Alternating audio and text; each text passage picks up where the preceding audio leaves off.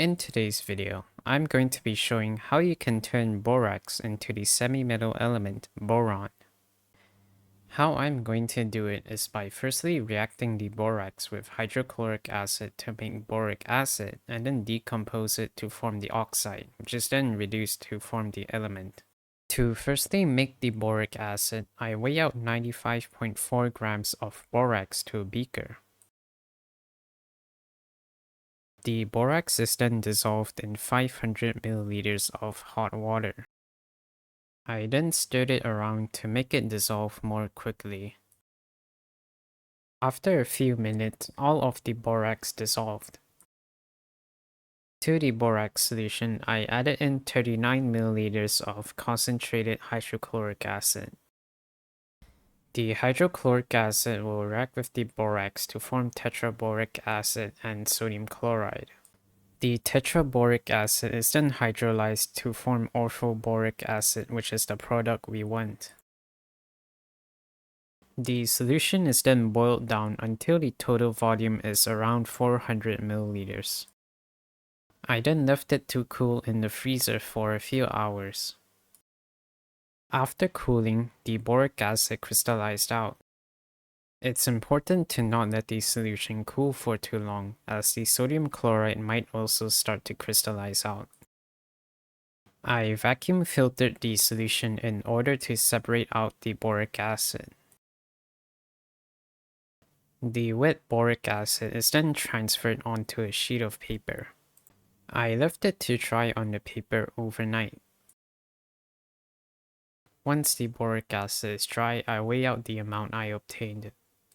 I got 30 grams of boric acid, which represents a yield percentage of 24.26%. The yield is really low, and it's probably because there's still a lot of boric acid in the solution. In the next step, I have to decompose the boric acid by heating it at high temperatures of 300 degrees Celsius. For the reaction vessel, I used a metal cup and I heated it using a portable gas stove.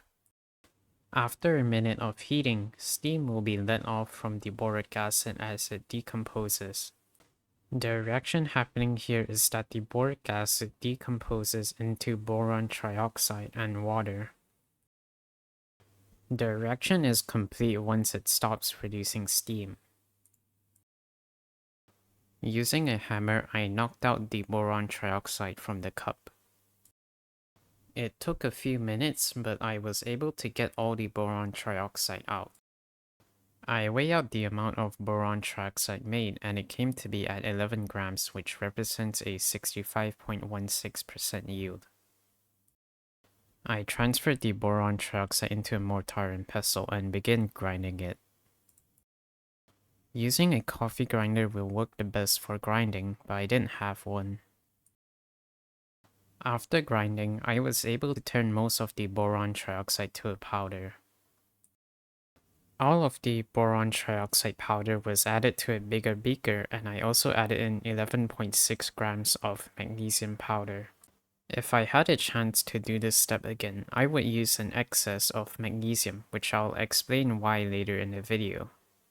The beaker was then swirled around to mix the powders. I then placed the powders onto a brick. I'm going to be using a fuse to light the mixture. Once everything's ready, I lit the fuse and prepared my eyes for how bright this reaction is going to be. In this reaction, the boron trioxide is getting reduced by the magnesium metal to form the element boron and magnesium oxide. This type of reaction is usually called a Fermite reaction. It is still very hot after the reaction, so I let it cool back down to room temperature. Once it has cooled down, I transferred the reaction mixture to a beaker. There's a lot of magnesium oxide and side products, so we have to dissolve all of it to separate out the pure boron. To do this, I poured in enough water to submerge the mixture. I slowly added in some concentrated hydrochloric acid. This will react with any unreacted reactants and side products and turn it into soluble salts. After a while, most of the solid mixture dissolved and I'm left with a dark powder. This is a good sign that boron has been made. I then filtered the solution to separate the boron. The filtered boron is then washed with some water. Once everything filtered through, the filter paper was spread out on a sheet of paper to dry the boron. While it's drying, I noticed there are white flakes which look like unreacted boron trioxide. It turns out that I had to use an excess of magnesium metal to make sure that all the boron trioxide is consumed in the reaction. To try and show that boron was made, I tried to do a flame test for boron, but it didn't work very well. In real life, I was able to see a very pale green flame, but it was overshadowed by an orange flame. As another test, I transferred some of the boron onto a watch glass, followed by a few milliliters of methanol. I lit the methanol and it burned with a green flame, indicating that there is boron. If you enjoyed this video, consider liking the video and subscribing to the channel if you haven't already. Thanks for watching.